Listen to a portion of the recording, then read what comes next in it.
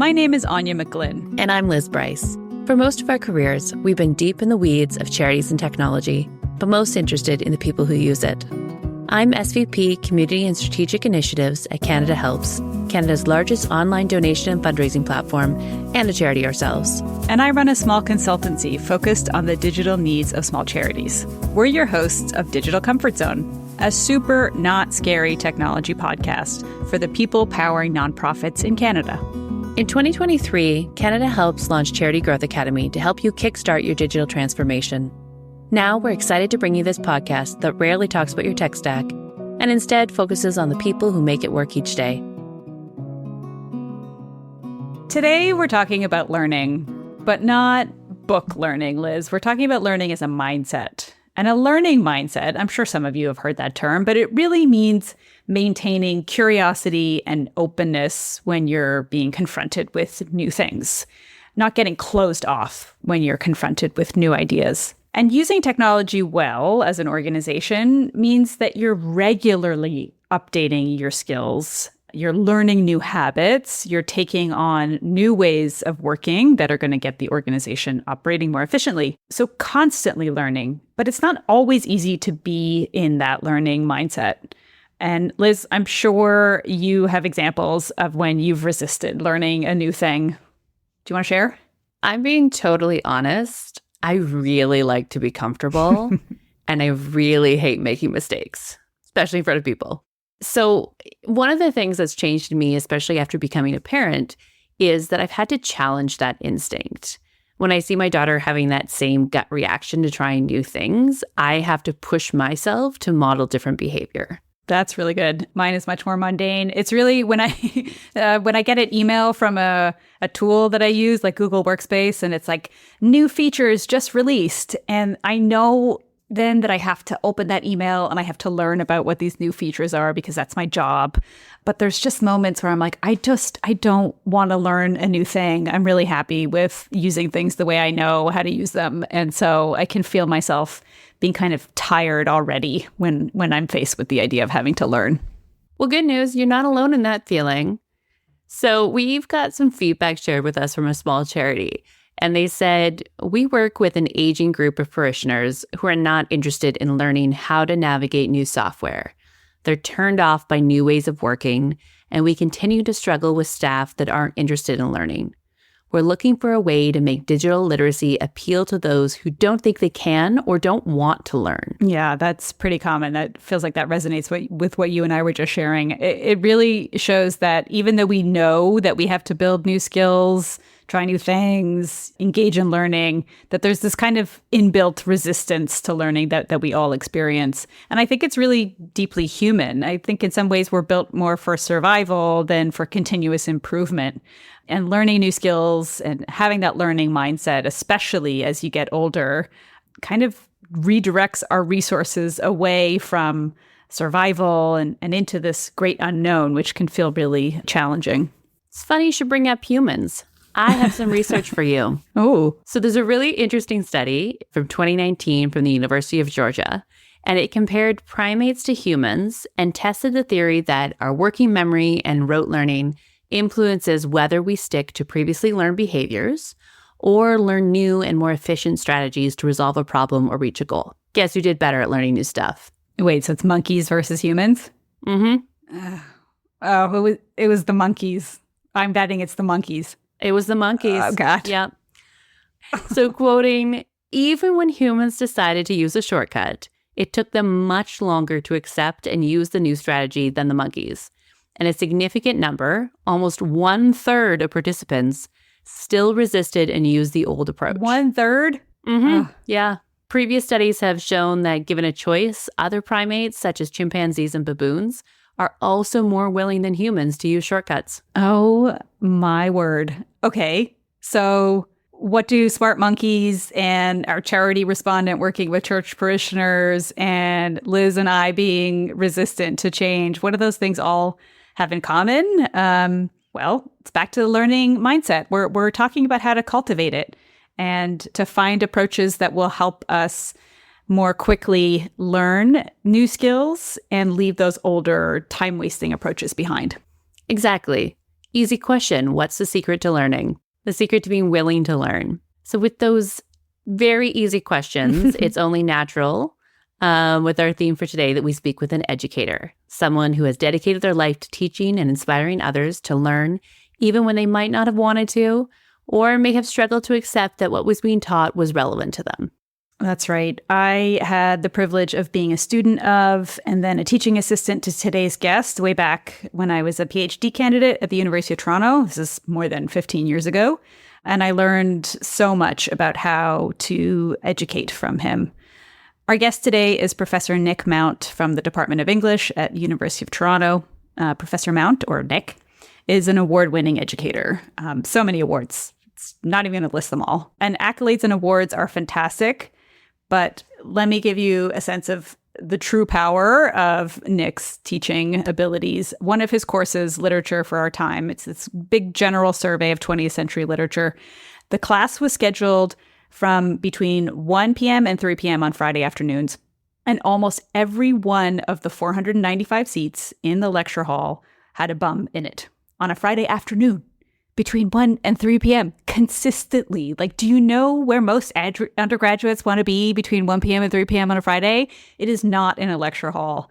And that is the best piece of evidence I can give you for how wonderful Nick is as an educator. He truly is one of Canada's greats. Welcome, Nick. Good to see you, Aine.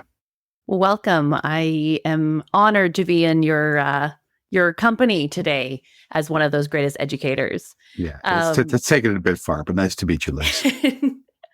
I think everything Anya tells me is true, so it's fine. Yeah. We have heard this story though about how you kept people in your class at a time when university students might not have been that motivated. So how do you make students, particularly those who might not be at university to study literature, pay attention to what you're trying to teach them? What's your secret? I don't think there is any one thing. I mean, the first thing, as Anya said, the particular challenge I was handed happened to be a teaching slot of a Friday afternoon between 2 and 4 p.m. And, all of our mental energies are at their lowest ebb. And especially if you're younger, Friday afternoon is a prelude to Friday evening. So it's the last thing you're thinking about is class. And it's a large class, 500 students at the time. They're 18 years old. I'm not. So, there was a number of challenges to be addressed there. And all through my undergraduate career, I kept a little notebook for teaching. I kind of always knew this is what I wanted to do if I was able to. And mostly what I was taking notes about was not so much sometimes things that instructors did that I thought, I'll steal that. That's good. But more often it was things that don't do that. Don't ever do that. So one of the big takeaways for me, I remember, that is don't start with the rules. Don't start by going over the syllabus and telling them these are the punishments for being late. This is what I'll do to you if you chew gum in class. You've only got one chance to make a first impression. And those first 15 minutes matter a great deal. So I start with the best I've got. I start with my A game, something fairly zoom out into something quite particular within the discipline as a demonstration of what I'm doing is modeling the kinds of things my discipline can do. Because the first and most fundamental rule of a classroom, this is not me, this is Bell Hooks, is it should not be boring. It should be exciting. And in a large lecture, unfortunately, that excitement has to come from you. It's very different in a small seminar where it's collaborative, large lecture. So, I could go on for and have gone on for hours about this particular question, but no. I think that's a great takeaway is if we start in on the technical details of X, Y, or Z, you're going to see a lot of glazing over, and to meet folks in a very humane place, which is excitement, perhaps some laughter, perhaps some joy, right? I think can loosen things up and open the aperture a little bit to take in what you're going to say. Nick, do you see it as your job to ask students to abandon, old mental models or misguided ideas they have about the world? Misguided is not the right word because obviously no one really thinks, oh, I'm full of misguided ideas and let me shape my reality based on them, right? But we know that students come into your classroom from all types of varying backgrounds and political perspectives and, social realities. And do you see it as some of your responsibility to kind of maybe blunt some of those edges, or at least give them the opportunity to see themselves reflected and then, to transform what they might see in that reflection? Is that your responsibility? Maybe a bit. It's not probably how I would describe it. I think of it more as giving them some new information, and more importantly, new ways to think about that information, new mental contexts for that information, then prompt the kind of shift you're talking about. I'm not entirely comfortable with thinking myself as, helping people to abandon, misguided ways of thinking, partly because, I'm 60, the one who's more likely to have old, entrenched ways of thinking at this point is much more likely to be me than it is them, Fair. But in terms of practically how to address the problem you're talking about, the best way I can think about that as an answer I can think of as an example. So when I teach a play, something like a play called Hedwig and the Angry Inch, which I've been teaching. Yeah, so do I. It's in fact the only text that's survived from the syllabus from the days when you were with me. Like it's been there for 20 years, Amazing. Yeah. When I first started teaching that thing, the concern I had to deal with, the students I had to concern was the homophobic students in the room. Now you're much more likely to have students objecting to its representation of trans identity as being itself stereotyping and caricatured and unfair. Well, those homophobic students are still in the room too. So when you're lecturing on it, to me, instead of telling either one of those groups that they're wrong, because I think they're both wrong, but instead of doing that, there's ways to acknowledge their concerns in the lecture or in the conversation, to know that you're thinking about these things. You're not unaware of these possible objections, without ceding that ground to them and providing another way to think about it. So I'm not sure if that helps, but it's more or less about, if you actually are concerned that there are people who are stuck in a particular way of thinking, the first step is acknowledging the existence of that kind of thinking, instead of just pretending it doesn't exist, and steamrolling yourself through on whatever ideological platform you happen to already occupy. So we're talking a little bit about teaching and sort of what you do to create a learning environment, but I was really struck by sort of right at the beginning when you talked about your own learning mindset, and you talked about the things that you did to learn to be a better teacher, and also maybe acknowledging that those around you might have different mindsets. We're sort of going with an assumption that people go to school to learn, and students maybe have a bit of a built-in acceptance about being open to learning, maybe, and they're young. So how does that compare to your colleagues? Like, where do you see your colleagues displaying an ongoing commitment to learning and maybe resistance to learning? I mean, I work in kind of a fishbowl, right? This is a highly specialized, cloistered little world. In terms of commitment to ongoing learning by professors of English literature, that never goes away in one sense, because, the thing they love most is going to a conference, it's learning about the latest work in the field, right? The thing they love most is presenting at a conference. Exactly. That's exactly right. I actually hate conferences, but anyway, at some level, the difference between a professor and a high school teacher is that a high school teacher doesn't have to remain current in the field. The professor has to remain current in the field. So at some level, what you're talking about is kind of baked into the job description. But I don't think that's what you're really asking. You're not asking about, do you keep up with the latest opinions on Wordsworth's fourth sonnet? Yeah. I mean, if you were to ask me to do that, that would be a challenge. But for you, you love it. But when we joined this conversation before we started recording, you talked about how you had to pivot during a pandemic and you had to teach the department how to teach online.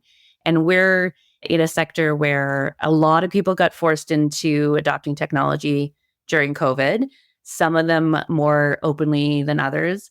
And a lot of them said, great, I've done it now. I learned how to work on Zoom. I'm done now. But they're not excited about the idea of technology necessarily.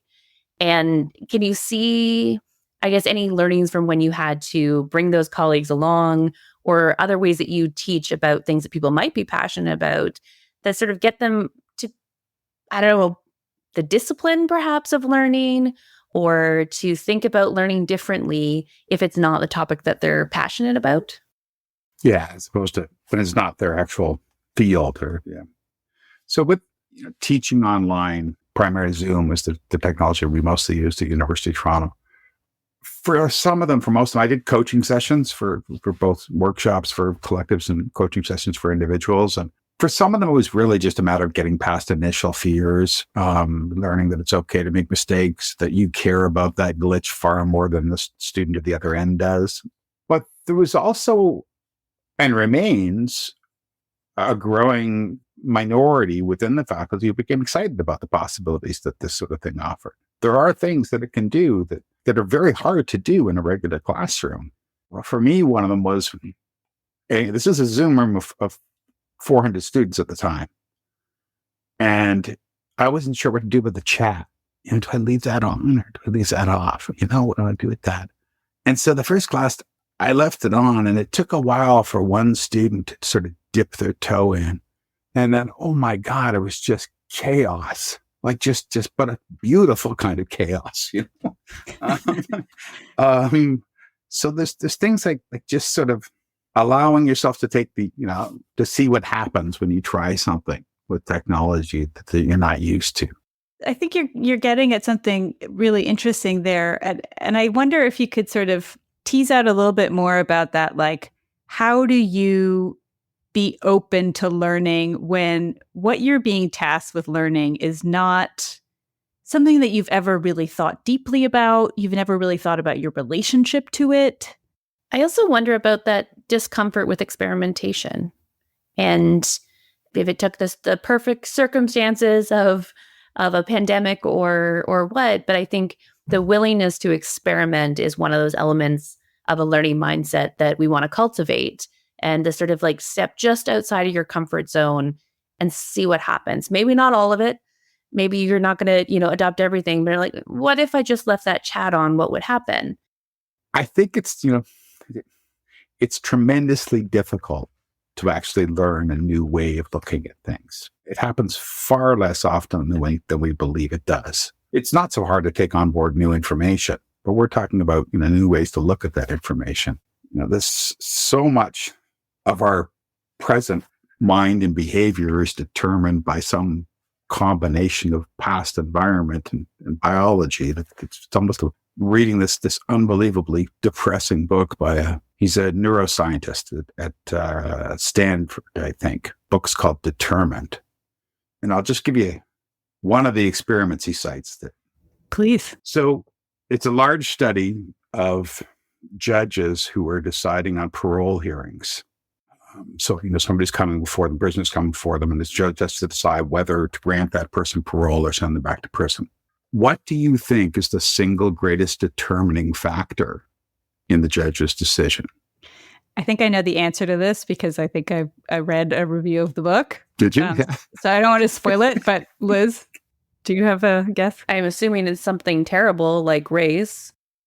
Yeah, which is where I would have gone to, race, or things something like the gender or race of the candidate, or how they spoke, how well they managed to elicit the emotional response of the judge, something like that. Depressingly, it's how long ago since they last ate. So delightful. Yeah. I have to remember when I'm booking my parole hearing to make sure that it's just right after lunch. And it's frightening. It's like, within an hour of eating, 60% get paroled. 3 hours after eating, it drops to like 0. And his larger point is not, and it connects to your question, because his larger point is not so much that, you're tired and cranky, that's because you haven't eaten. That's not really it. It's more that when the frontal lobe of your brain, I'm making up part names now. It's okay. Whatever it's called. We'll have them fix it in post. It's fine. Not that kind of doctor. We'll just make that clear. Exactly. That part in the front of your head that is responsible for executive decisions, when it gets tired, it falls back on default ways of thinking. And the default way of thinking, the easy thing to do is to send that person back to prison because the law already decided they should be in prison. The hard thing is to say, no, I should let them go. And you need all of that. Anyway, that's why it's one of them. That's a neuroscientist explanation for why it's so darn difficult to think in new ways. And I think the best answers to help people do that are answers you're probably already familiar with. They're new experiences, or being open to new experiences. In other words, the new experience precedes and makes possible the new way of thinking. And by a new experience, I mean reading a novel different than the ones you usually read, reading a novel from a country that's different from what you usually read, attending an event that's different than what you normally attend. The old one, travel, going somewhere and opening yourself. Because those new, instead of just locking yourself into your Facebook scroll, or CNN or, whatever your poison happens to be. It's the experience unlocks, the new experience unlocks the new ways of thinking. And that's what I'm trying to do in the classroom. I'm not trying to give them a new way of thinking. I'm trying to give them a new experience that will then unlock the new way of thinking. So, Nick, what do you think separates the folks who really seem to have a facility with sort of leaving behind old ways of thinking about things and, sort of wanting to evolve the way they're thinking or learning, and those who don't? I'm not sure if this is going to answer the question, because I don't think I know the answer to the question. But I can tell you this, that consistently over the years, the best students that I've ever had, and by that I don't always mean the students who have the best grades, not a necessary correlation between those two kinds of people, are the ones who read off the syllabus, the ones who were reading books and listening to music and watching films, and that I didn't assign them and nobody else assigned them. And that came to my office wanting to talk about them. Always. Those are the best. You can spot them right away, because they're carrying a book in their hands that is not in the class. It is connected to what we're talking about, because there's students who have routinely sought out their own experiences as opposed to having them handed to them and dictated to them by the syllabus and by the professor. I've had sessions with clients where I've been trying to teach them about, a new workflow or process we've built for them. And maybe the executive director or CEO is in the room. And if they're the one who struggles the most with technology, they will derail the entire session for everyone, because their ego is so caught up in appearing to have facility, a history of being in charge in every situation, a history of demonstrated ability and confidence.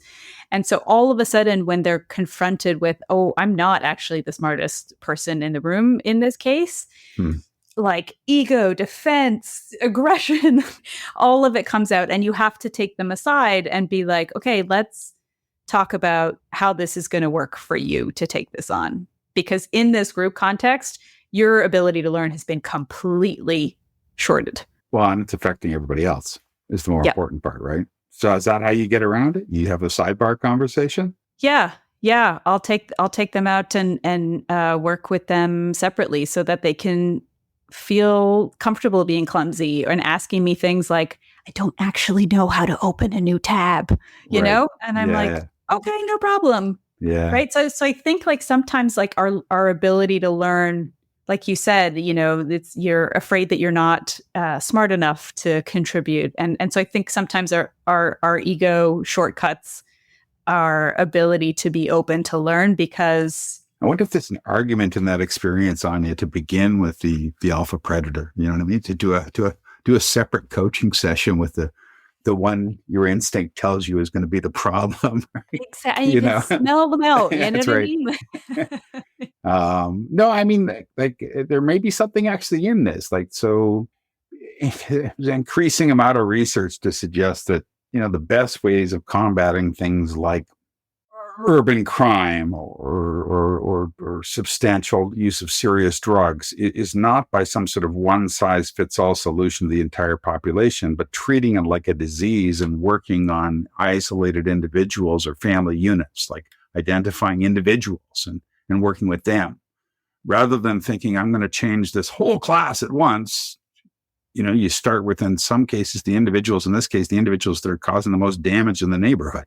Could be a good lesson too for just leaders and organizations, right? Of if they're trying to make change happen, tailoring their approach, making sure that things are relevant for the right person, and trying to monitor those dynamics within the organization. And maybe they need to say, as Aine has done, teach someone differently or give them a different way of learning or a different kind of task so they can get to their ultimate goal. You also, of course, as the teacher in this situation, have to be prepared to admit that, maybe my program's no good. Right? Yep. Maybe Yep. this app isn't as well designed as it could be. 100%. Yeah. Yeah. I think as an educator, as someone creating, inviting people into learning, like if you're not 100% confident and sure and excited about what you're teaching, like that's gonna read, Yeah. and that's gonna affect everybody. Yeah. Yeah. But I also mean like being prepared to learn. You learn from your students. It's a two-way street. It can't be, if it was just one way, it would just be on YouTube. Right? That's how we do it. Yeah. And we know that doesn't work. We know that doesn't work. Yeah. Well, it works for some people. My son's pretty much got a PhD in Norse mythology from YouTube, No DNA test required, Nick. That is definitely your son. Yeah, exactly. Yeah. Yeah. Oh, that's great. Well, we've gone way over time because this has been super interesting, and it's wonderful to hear you talk with such deep expertise about your realm. And we really appreciate you being with us today, Nick. I think there's a lot of great insights that you've left us with that will be really relevant for our listeners. So I appreciate it. Thank you so much. Thank you, Aine. Thank you, Liz. It was a pleasure.